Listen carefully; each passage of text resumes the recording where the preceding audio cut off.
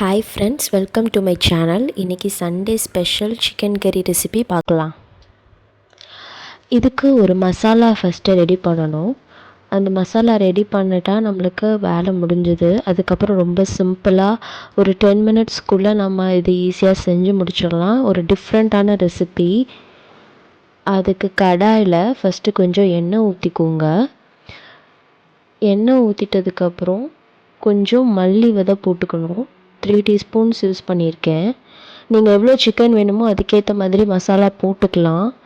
உங்களுக்கு வீடியோவில் மேலேயே வரும் எவ்வளோ குவான்டிட்டி வேணும்னு, அதெல்லாம் போட்டுக்கலாம். 3 டீஸ்பூன்ஸ் கொரியாண்டர் சீட்ஸ் எடுத்திருக்கேன் இங்கே. அப்புறம் பெப்பர் பால்ஸ் ஆட் பண்ணியிருக்கேன். அதுக்கப்புறம் கொஞ்சம் பெருஞ்சீரகம் ஆட் பண்ணியிருக்கேன். அப்புறம் ஜீரகம் ஆட் பண்ணிக்கோங்க. கொஞ்சம் கசகசாவும் ஆட் பண்ணிக்கோங்க. அதுக்கப்புறம் ஒரு ஸ்மால் கப், சின்ன கப்பில் கோகோனட் திருவி வச்சுருக்கேன், அதுவும் யூஸ் பண்ணிக்கலாம். இது அவ்வளோவும் நம்ம கொஞ்சம் ஃப்ரை பண்ணணும். அதில் அடுப்பை கொஞ்சம் சிம்லேயே வச்சுக்கிற மாதிரி பார்த்துக்கணும். ரொம்ப ஃப்ளேம் ஜாஸ்தியாக இருந்ததுன்னா அடி பிடிச்சிரும்.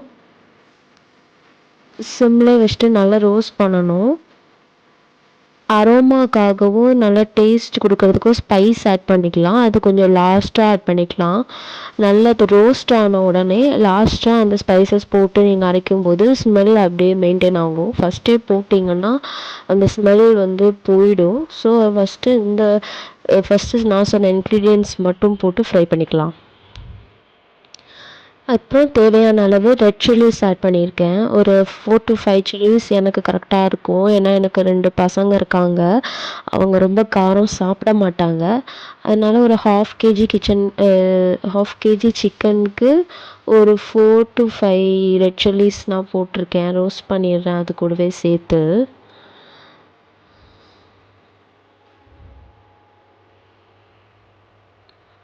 இது நல்லா ரோஸ்ட் பண்ணிங்கன்னா தான் டேஸ்ட் இன்னும் என்ஹான்ஸாக தெரியும். இல்லைன்னா ஒரு பச்சை வாசனை வந்துடும். கொஞ்சம் ஒரு கோல்டன் கலர் கிடைக்கிற வரைக்கும் நல்லா ரோஸ்ட் பண்ணிக்கோங்க.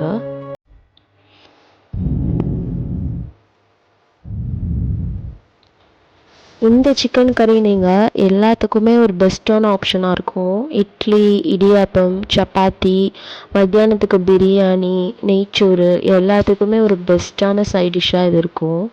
எப்பயுமே வெங்காயம் தக்காளி மட்டும் பண்ணுற சிக்கன் கறியை விட இது கொஞ்சம் டிஃப்ரெண்ட்டாக இருக்கும். நல்லா ஃபுல்ஃபில்லிங்காக டேஸ்ட்டாகவும் இருக்கும். இப்போ அடுப்பை நம்ம ஆஃப் பண்ணிட்டதுக்கப்புறமா நம்ம இந்த பட்டை, கிராம்பு, ஏலக்காய், கல்பாசி, அன்னாசி பூ, இந்த பிரியாணிக்கு போடுற மசாலா ஐட்டம்ஸ் லாஸ்ட்டாக நம்ம சேர்த்து ஒரு கிண்டிக்கலாம்.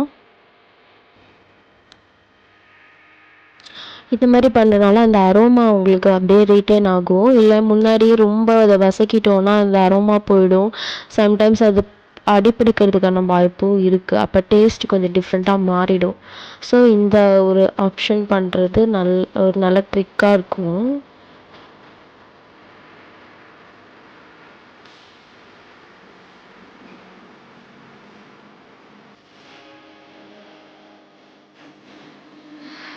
இப்போது நம்ம மசாலாவை ஆற வச்சுக்கலாம். ஆற வச்ச மசாலாவை நம்ம மிக்சியில் ட்ரான்ஸ்ஃபார்ம் பண்ணிக்கலாம். கொஞ்சம் தண்ணி விட்டு நல்லா அரைச்சிக்கலாம். நல்லாவே கோஸாக இல்லாமல் நல்லாவே அரைச்சிக்கலாம். இப்போது ப்ரெஷர் குக்கரில் இந்த ரெசிபி பண்ண போகிறோம். ஒரு 1 pot ரெசிபியாக இருக்கும் இது. ப்ரெஷர் குக்கரில் எந்த எண்ணெய் நீங்கள் யூஸ் பண்ணுறீங்களோ அதுக்கு தேவையான அளவு எண்ணெய் ஊற்றிக்கோங்க. அதுக்கப்புறம் வெங்காயம் கட் பண்ணியிருக்கேன். நான் ஒரு 2 வெங்காயம் எடுத்திருக்கேன். அது அதில் கட் பண்ணி போட்டுக்கலாம். நீட்டாக கட் பண்ணிக்கலாம். சின்ன வெங்காயம் இருந்தால் அது ஆப்ஷனல். உங்களுக்கு இன்னும் டேஸ்ட் நல்லா என்ஹான்ஸ் பண்ணி கொடுக்கும். அதுவும் நீங்கள் அதில் ஆட் பண்ணிக்கலாம். இப்போ இந்த வெங்காயத்தை நல்லா வதக்கிட்டு கொஞ்சம் உப்பு போட்டிங்கன்னா அது ஃபாஸ்ட்டாக வதங்கிடும். நல்லா வதக்கிட்டதுக்கப்புறம் தேவையான அளவு இஞ்சி பூண்டு இதில் ஆட் பண்ணிக்க போகிறோம். இப்போது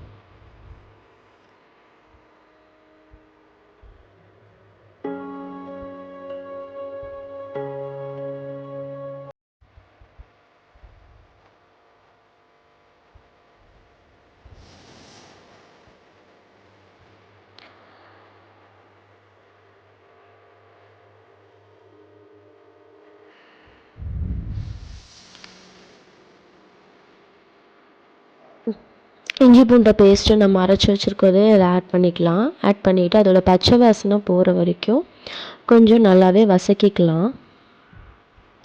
இது ஒரு சிம்பிளான ரெசிபி தான். அந்த மசாலா ஃபஸ்ட்டு நம்ம ரெடி பண்ணுறது மட்டும்தான் நம்மளுக்கு கொஞ்சம் வேலை மாதிரி தெரியும். மற்றபடி அது ரெடி பண்ணிட்டா இது ரொம்ப ஃபாஸ்ட்டாக பண்ணி முடிக்கிற ஒரு ரெசிபி தான். இதுக்கு தக்காளி கூட தேவைன்னு இல்லை, வெறும் வெங்காயம் இருந்தாலே நம்மளுக்கு அந்த டேஸ்ட் நல்லா தான் இருக்கும். இப்போது நம்ம வெங்காயம் இஞ்சி பூண்டு பேஸ்ட்டும் நல்லா வதங்கிட்டுருக்கு. அது வதங்கிட்டு இருக்கும்போதே நம்ம எடுத்து வச்சுருக்க வாஷ் பண்ணி வச்சுருக்க சிக்கனையுமே இதில் ஆட் பண்ணிக்கலாம். சிக்கனை நல்லா மஞ்சள் பொடியும் கல்லுப்பும் போட்டு ஒரு 2 to 3 டைம்ஸ் வாஷ் பண்ணி நான் எடுத்து வச்சுருக்கேன். அதையும் நம்ம இந்த இஞ்சி பூண்டு பேஸ்ட்டோடையே சேர்த்து ஒரு நல்லா வதக்கிடலாம்.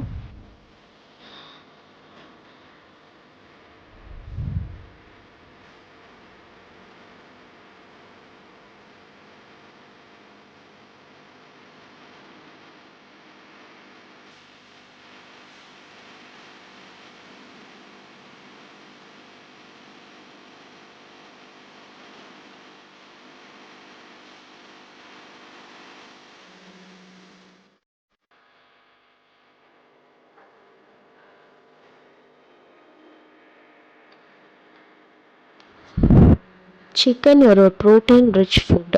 இது நம்மளுக்கு கிட்ஸுக்கும் வந்து கொடுக்கலாம். ஜிம் போகிறவங்க, டயட் இருக்கிறவங்களும் இந்த மாதிரி சிக்கனை சாப்பிடும்போது நம்மளுக்கு ஒரு மசில் டெவலப் பண்ணுறதுக்கு ஒரு நல்ல ஃபுல்ஃபில்லிங்கான ஃபுட்டாகவும் இருக்கும். ஒரு 3 to 4 hours நம்மளுக்கு வந்து அவ்வளோ சீக்கிரம் பசி இருக்காது. ஸோ இந்த மாதிரி ஆயில் ஃப்ரைலாம் பண்ணுறத விட இந்த மாதிரி கிரேவியாக ஒரு டேஸ்டியான கிரேவியாக நம்ம சாப்பிடும்போது நம்மளுக்கு ஹெல்த் வைஸும் பெனிஃபிட்டாக இருக்கும். அதே டைம் நம்மளுக்கு உடம்புக்கு கெடுதல் இருக்காது. கிட்ஸுமே இது ரொம்ப விரும்பி சாப்பிடுவாங்க.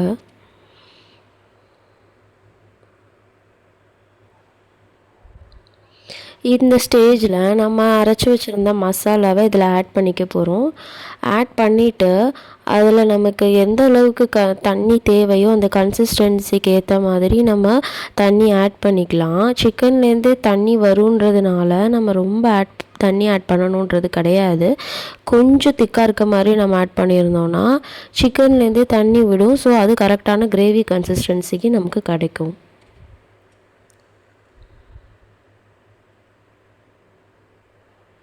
சிக்கன் ரொம்ப நேரம் வதக்கணுன்ற அவசியம் இல்லை. 7 to 8 மினிட்ஸில் சிக்கன் குக் ஆகிடும்.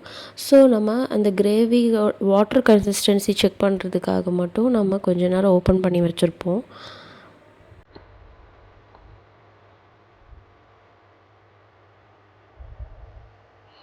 தேவையான அளவு உப்பு இந்த ஸ்டேஜில் நம்ம ஆட் பண்ணிக்கலாம். கொஞ்சம் உப்பு தூக்கலாக போட்டுக்கோங்க. அது குக் பண்ணி வரும்போது அது கரெக்டாகிடும். ரொம்ப உப்பு போட்டாலும் ரொம்ப சால்ட்டியாக ஆகிடும். ஸோ அதுக்கேற்ற மாதிரி ஒரு 1 to 1.5 டீஸ்பூன்ஸ் ஒரு 1/2 கிலோ சிக்கனுக்கும் இந்த மசாலாவுக்கும் கரெக்டாக இருக்கும்.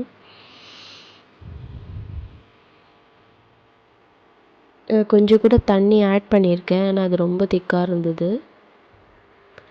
அந்த சிக்கன் நல்லா மூழ்கிற அளவுக்கு கரெக்டாக இருக்கும் தண்ணி ஊற்றும்போது. ரொம்ப ஊற்றிட்டா ரொம்ப தண்ணி ஆகிடும். அவ்வளோதான், நம்மளோட ரெசிபி இப்போது முக்கால்வாசி ஸ்டேஜ் ரெடி ஆகிடுச்சு. இதுக்கப்புறம் நம்ம ப்ரெஷர் குக்கரில் மூடி வச்சுட்டு ஒரு 2 விசில்ஸ் நம்ம வச்சு எடுத்துட்டோன்னா நம்மளோட சிக்கன் கறி ரெடி.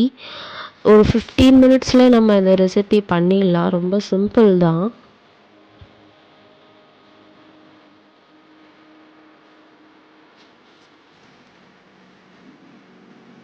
ஒரு கொதி வந்தோடனே நம்ம மூடி வச்சிடலாம். கொஞ்சம் மல்லித்தூள் ஒரு ஃப்ளேவருக்காக ஆட் பண்ணிக்கலாம். இப்போ ஆட் பண்ணும்போது அது வெந்து வரும்போது ஒரு மல்லி டேஸ்ட் இருக்கும். லாஸ்ட்டாகவும் நம்மளுக்கு அந்த டேஸ்ட் வேணான்னு நினைக்கிறவங்க லாஸ்ட்டாகவும் ஆட் பண்ணிக்கலாம். இப்போது நம்ம ப்ரெஷர் குக்கர் மூடி வச்சாச்சு. இது டிஃபனுக்கு பண்ணுறதுனால நான் காலையில் இடியாப்பம் வச்சுருக்கேன். அதுக்கு இது நல்லா கிரேவியாக வரும். நம்ம சிக்கன் கறி இப்போது ரெடி ஆகிடுச்சு. 2 விசில்ஸ் வச்சுருக்கேன். ஒரு விசில் சிம்மில் வச்சு ஸ்லோ குக் பண்ணி எடுத்திருக்கேன். சிக்கன் கறி இப்போ ரெடி.